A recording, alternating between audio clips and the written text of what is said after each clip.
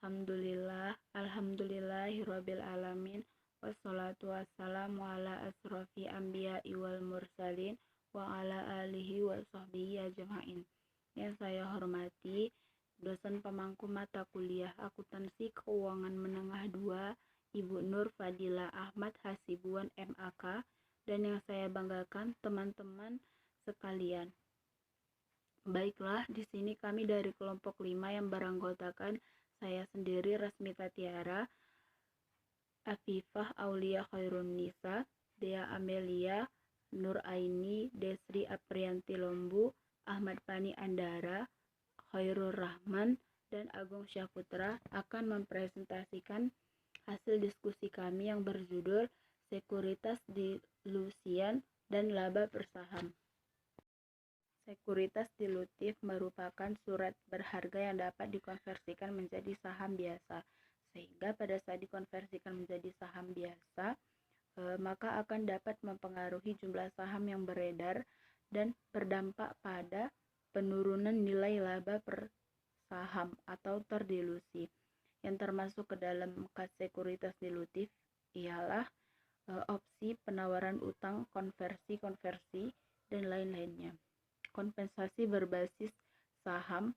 Konversasi berbasis saham ini merupakan imbalan yang diberikan perusahaan kepada pemasok atau jasa yang dapat mencakup pihak karyawan dan non-karyawan, yang mana kompensasi tersebut berbentuk saham atau pengakuan kewajiban yang jumlahnya ditentukan pada harga saham atau instrumen ekuitas perusahaan. Selanjutnya, opsi saham.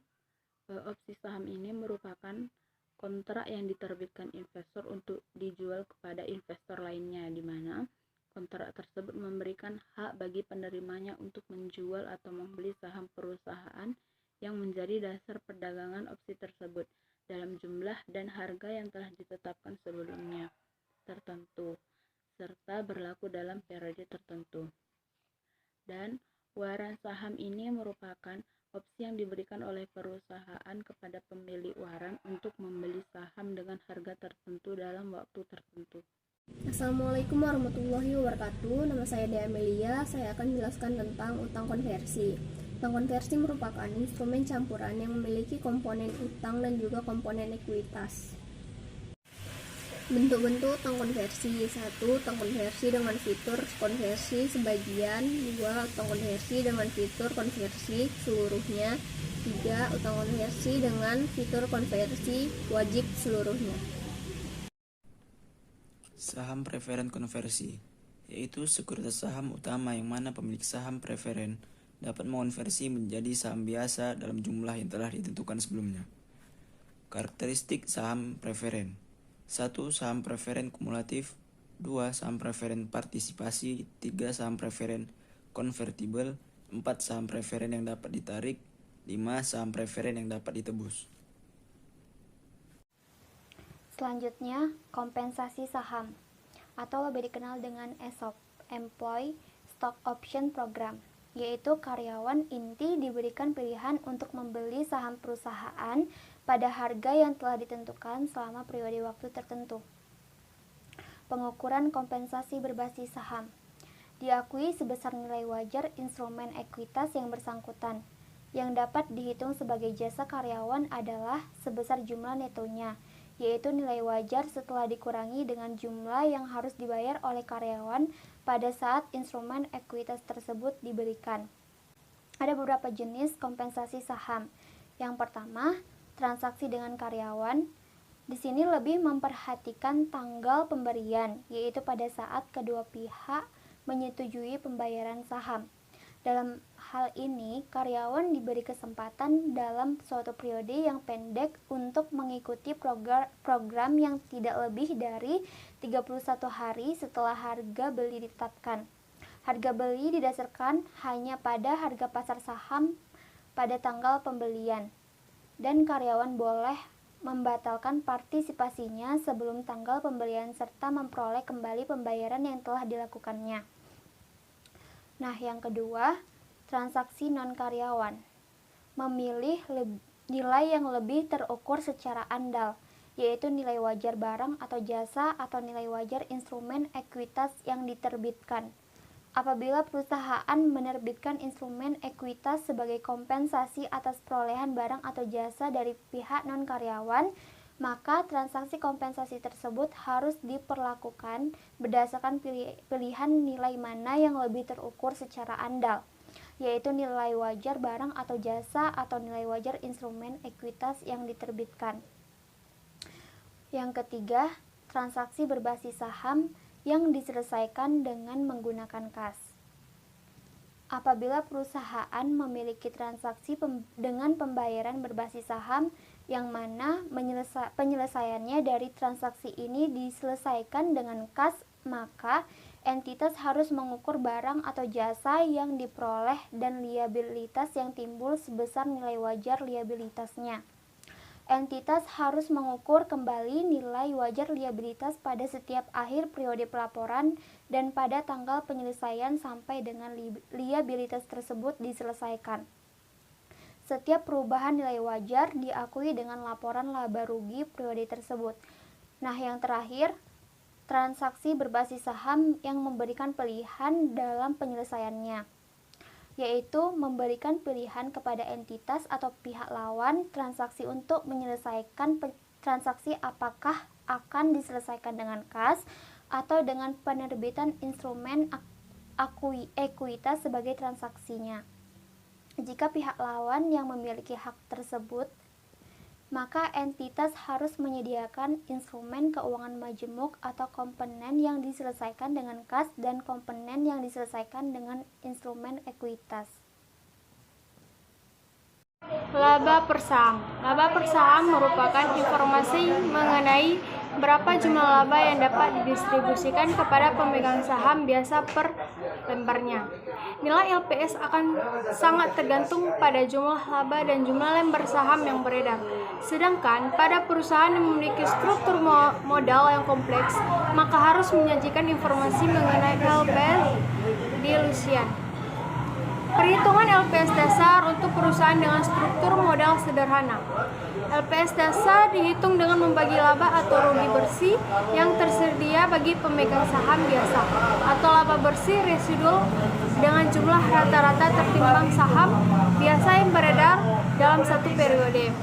Rumusnya, LPS dasar sama dengan laba bersih residual dibagi jumlah rata-rata tertimbang saham biasa. Laba residual merupakan laba bersih dikurangi dengan dividen saham utama. Dividen saham preferen meliputi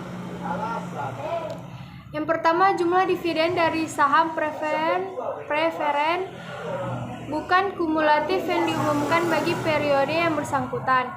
Yang kedua, jumlah dividen preferen kumulatif yang terakumulasi bagi periode yang bersangkutan. Dividen tersebut sudah atau belum diumumkan.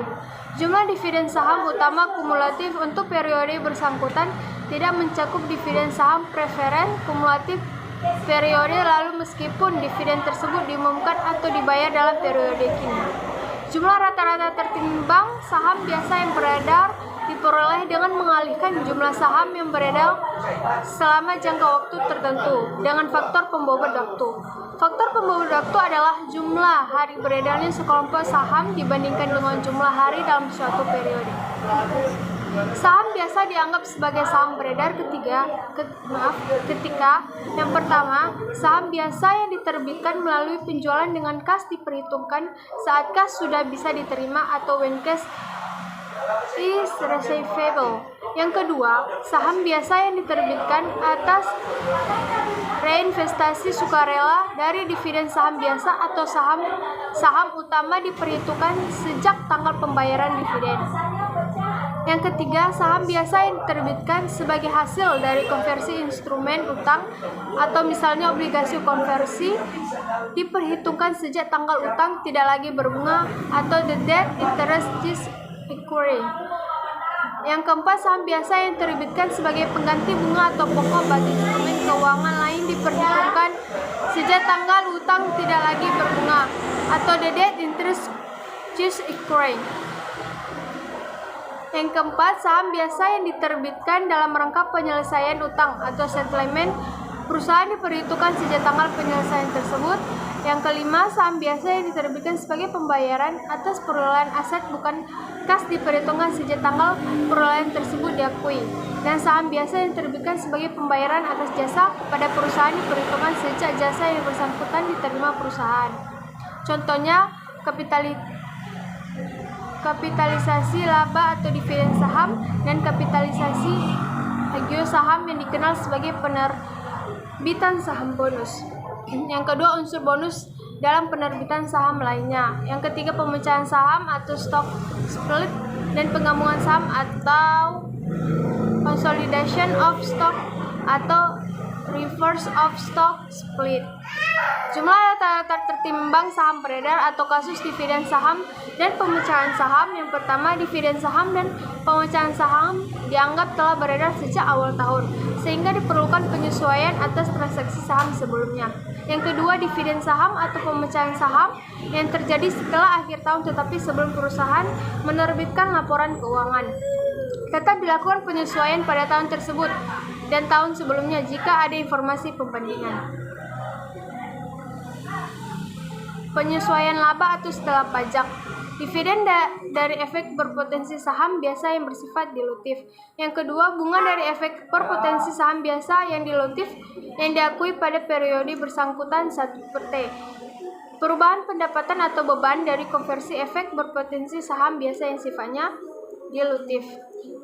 Penyesuaian saham biasa beredar ditambah jumlah rata-rata tertimbang saham yang akan diterbitkan dengan asumsi semua efek berpotensi saham biasa dikonversikan menjadi saham biasa. Yang kedua, konversi tersebut diasumsikan terjadi pada awal periode atau pada tanggal penerbitan efek berpotensi saham biasa tersebut, jika penerbitannya lebih akhir. Sekuritas yang dapat dikonversi menggunakan metode jika dikonversi dengan asumsi yang pertama, dikonversi pada saat penerbitan sekuritas, dan yang kedua, eliminasi bunga terkait setelah pajak. Dengan demikian, konversi sekuritas akan menyebabkan peningkatan bilangan penyebut atau rata-rata tertimbang saham beredar dan akan meningkatkan pembilang atau laba bersih. Jika tarif konversi berubah selama periode sekuritas beredar, maka perusahaan menggunakan tarif konversi yang paling mengurangi proporsi sekuritas atau paling dilutif.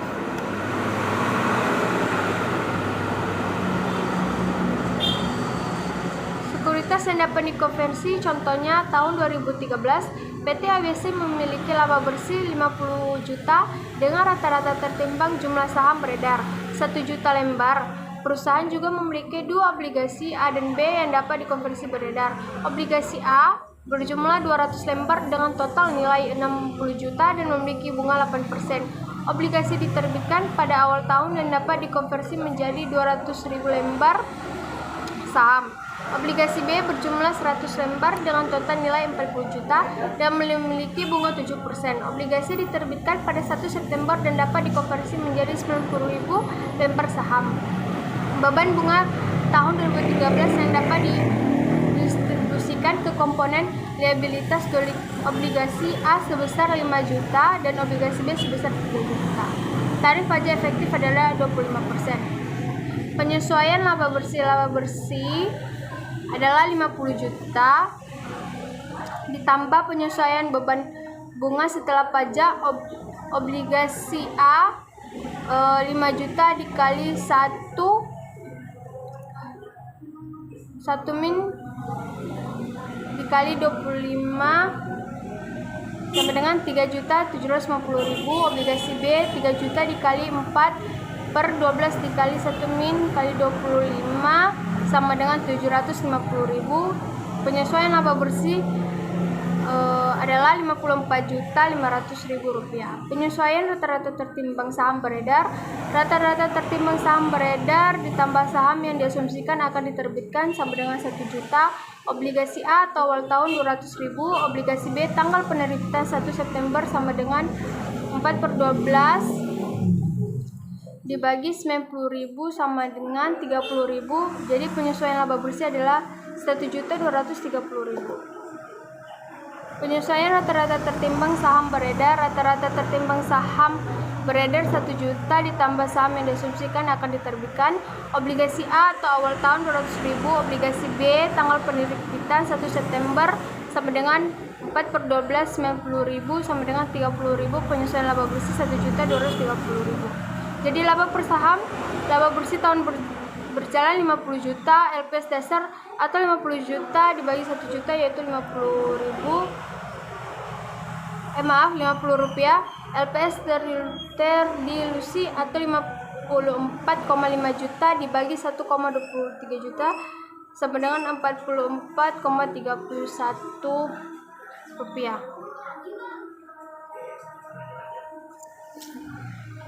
Terima kasih. Perhitungan LPS dasar untuk perusahaan dengan struktur modal kompleks. Apabila perusahaan memiliki sekuritas dilutif, maka berarti perusahaan tersebut memiliki struktur modal yang relatif kompleks sehingga penyajian LPS dasar dapat memberikan informasi yang kurang akurat. Oleh karena itu, perusahaan diwajibkan menyajikan baik LPS dasar maupun LPS dilusian. Dalam melakukan perhitungan LPS dilusian perlu dilakukan penyesuaian atau LPS dasar. Penyesuaian laba setelah pajak. Dividen. Yang pertama, dividen dari efek berpotensi saham biasa yang bersifat dilutif. Bunga dari efek berpotensi saham biasa yang dilutif yang diakui pada periode bersangkutan. Perubahan pendapatan atau beban dari konferensi efek berpotensi saham biasa yang sifatnya dilutif. Penyesuaian saham biasa beredar. Yang pertama, ditambah jumlah rata-rata tertimbang saham yang akan diterbitkan dengan asumsi semua efek berpotensi saham biasa dikonferensikan menjadi saham biasa. Yang kedua, konferensi tersebut diasumsikan terjadi pada awal periode atau pada tanggal penerbitan efek berpotensi saham biasa tersebut. Saham jika penerbitnya lebih akhir. Tahap untuk menghitung LPS dilusian adalah sebagai berikut. Yang pertama, untuk setiap efek berpotensi saham biasa, tentukan efek per lembar dengan mengasumsikan efek tersebut dikonversi atau dilaksanakan. Yang kedua, peringkat hasil perhitungan pada nomor 1 di atas dengan mengurutkan efek yang paling kecil hingga yang terbesar efeknya terhadap LPS. Yang ketiga, dimulai dari LPS, hitung kembali LPS dengan menambah dampak LPS instrumental yang terkecil dari langkah yang kedua. Apabila hasil kalkulasi menghasilkan nilai LPS yang lebih rendah dari LPS dasar atau sebelumnya, maka lanjutkan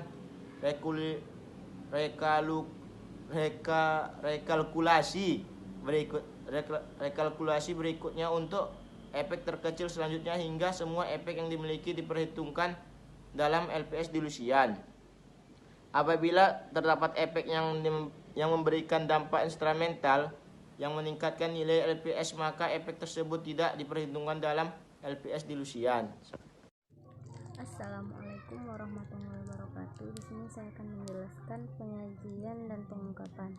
Apabila entitas memiliki kompensasi berbasis saham, maka entitas mengungkapkan informasi yang memungkinkan pengguna laporan keuangan untuk memahami 1. Sifat dan lingkup perjanjian pembayaran berbasis saham yang ada dalam suatu periode.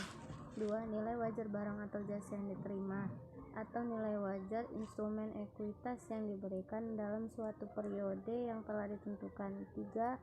Dampak transaksi pembayaran berbasis saham terhadap laba atau rugi entitas dalam suatu periode dan posisi keuangannya.